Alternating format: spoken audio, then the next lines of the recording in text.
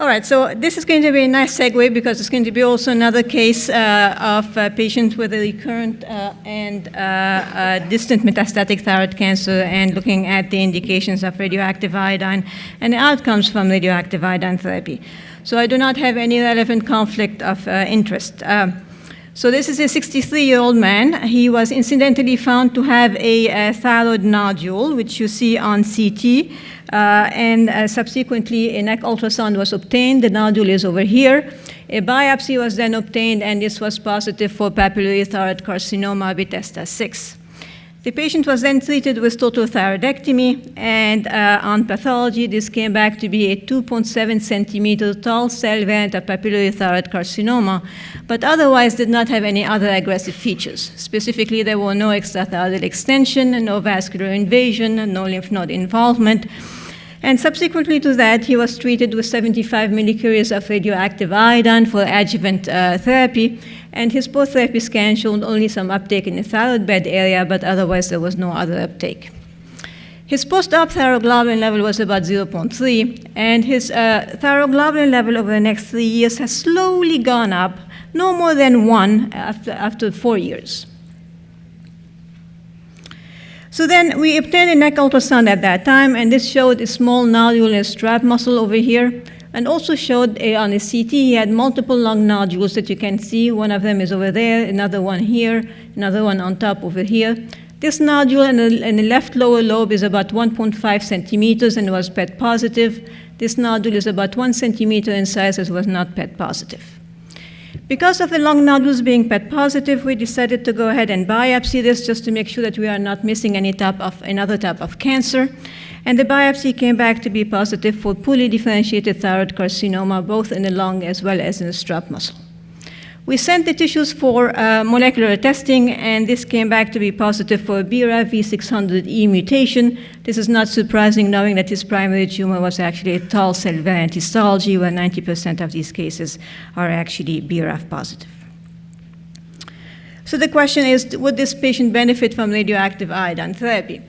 And assuming that this patient has radioactive iodine-avid disease, we looked many years ago about the outcomes of patients with distant metastatic thyroid cancer with radioactive iodine ablation. And we specifically looked at objective outcomes, looking at RECIST-like criteria after the first activity of radioactive iodine.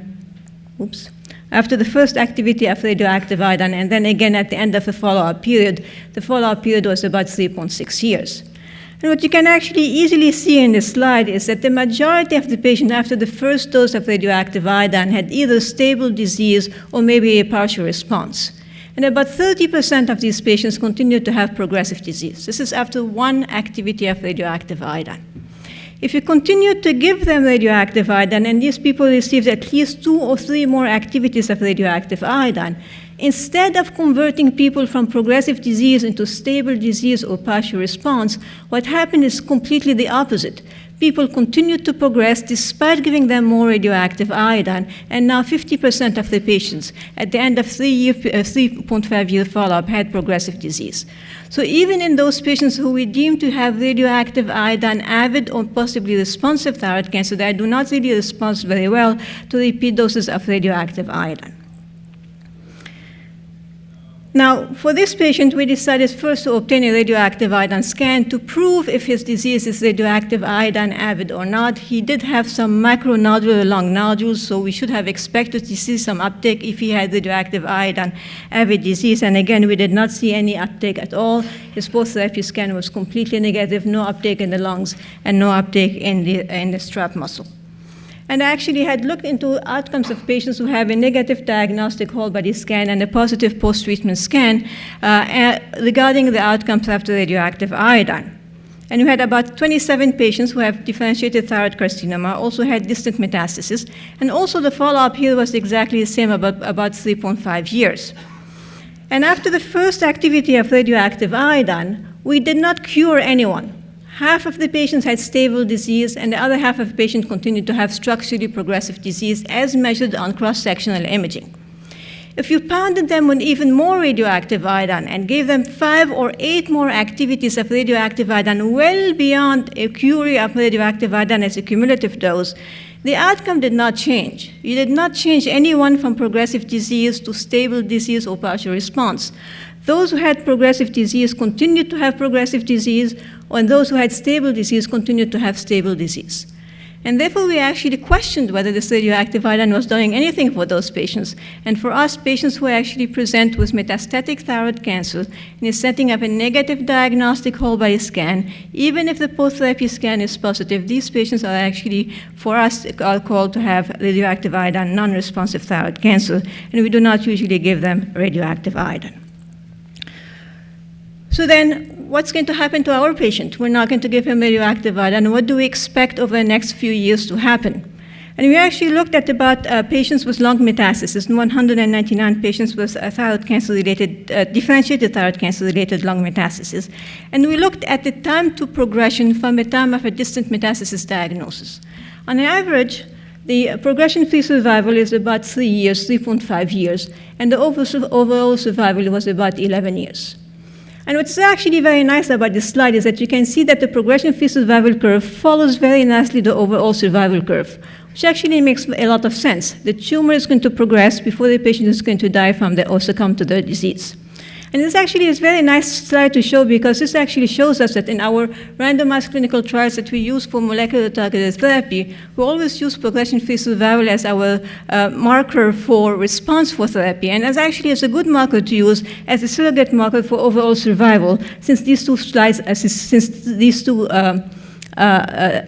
curves follow each other very nicely. Now, looking at our patient had all the bad outcomes, or prognostic indicators for survival, but also for progression. He was actually older. He had an aggressive histology with a tall cell variant and a poorly differentiated thyroid cancer. He had non-radioactive iodine avid disease.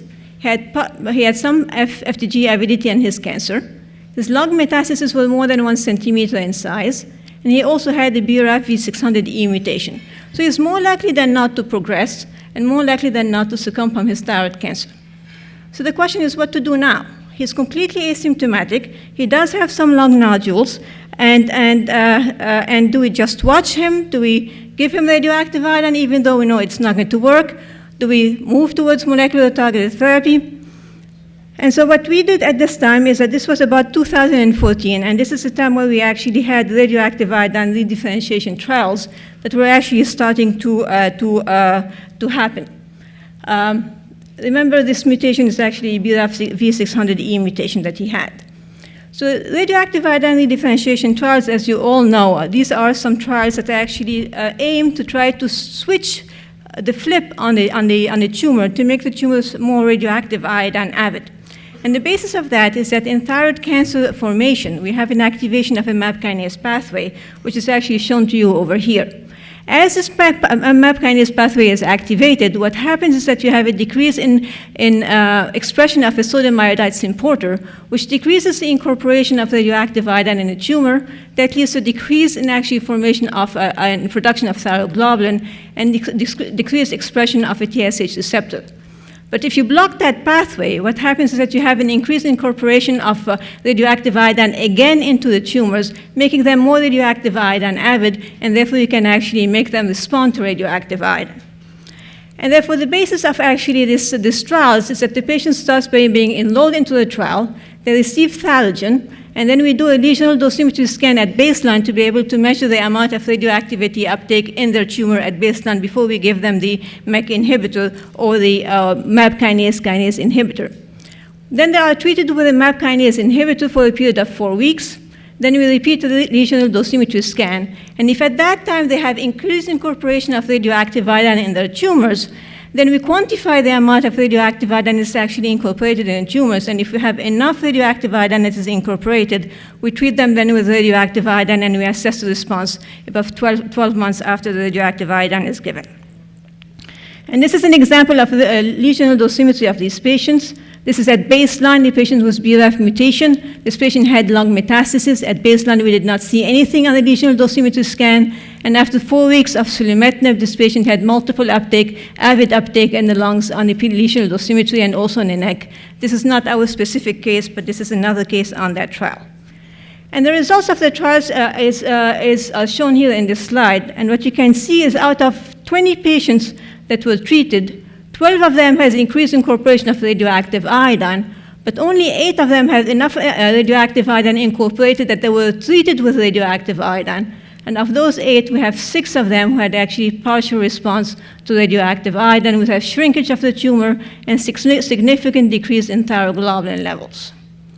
Now, what's actually also interesting in this study is that we actually saw that there was a differential response depending on the type of the mutation that the patient had.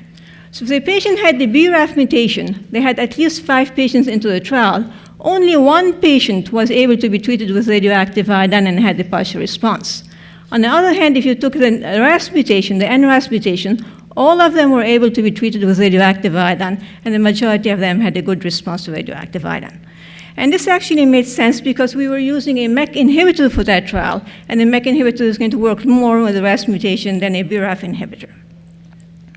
So in the second generation trials, they actually used a BRAF inhibitor instead of a MEK inhibitor for treating patients who have a BRAF mutation. And what you can see in here, there are 2 different sets of If you use a BRAF inhibitor, which is here vemurafenib, the response rate is actually the same, which is about 30% in patients that were treated with radioactive iodine. It varied between 27% if the patient has been treated with molecular targeted therapy before, or about 38% if the patients were naive to any kind of molecular therapy. A second trial actually used a combination of both a BRAF inhibitor and a MEK inhibitor, and the response rate was almost the same, which is about a 30% response at about 1 year after the radioactive iodine has been given in the patients who were treated with a BRAF inhibitor. So this is a good response at 1 year. We don't know what is the long-term response from these patients, and we do not know whether we actually changed the overall survivals of these patients. So going back to the end, to our patient, this patient was actually enrolled into the trial, but actually was not, his disease was not able to pick up the radioactive iodine after the sulimetinib. This was before the BRAF inhibitor trials had been started, and therefore the patient was not treated with radioactive iodine.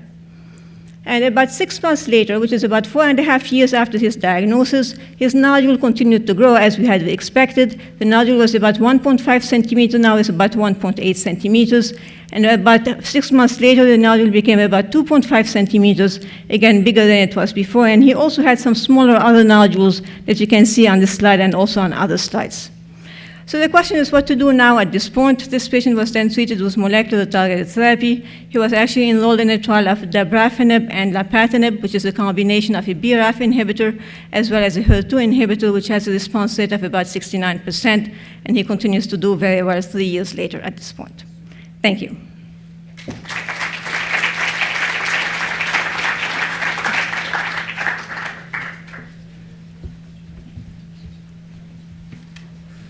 Thank you very much. There's time for maybe 1 or 2 questions.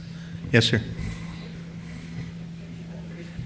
Incidentally, I think what we'll do is we'll have the 2 questions. We'll take a 15-minute break to stretch your feet and come back here in 15 minutes. Hopefully there's still refreshments out there, but I can't promise. I haven't been out there. And then we'll just eat into the first part of lunch for 15 minutes thereafter. Question? So I have just a question.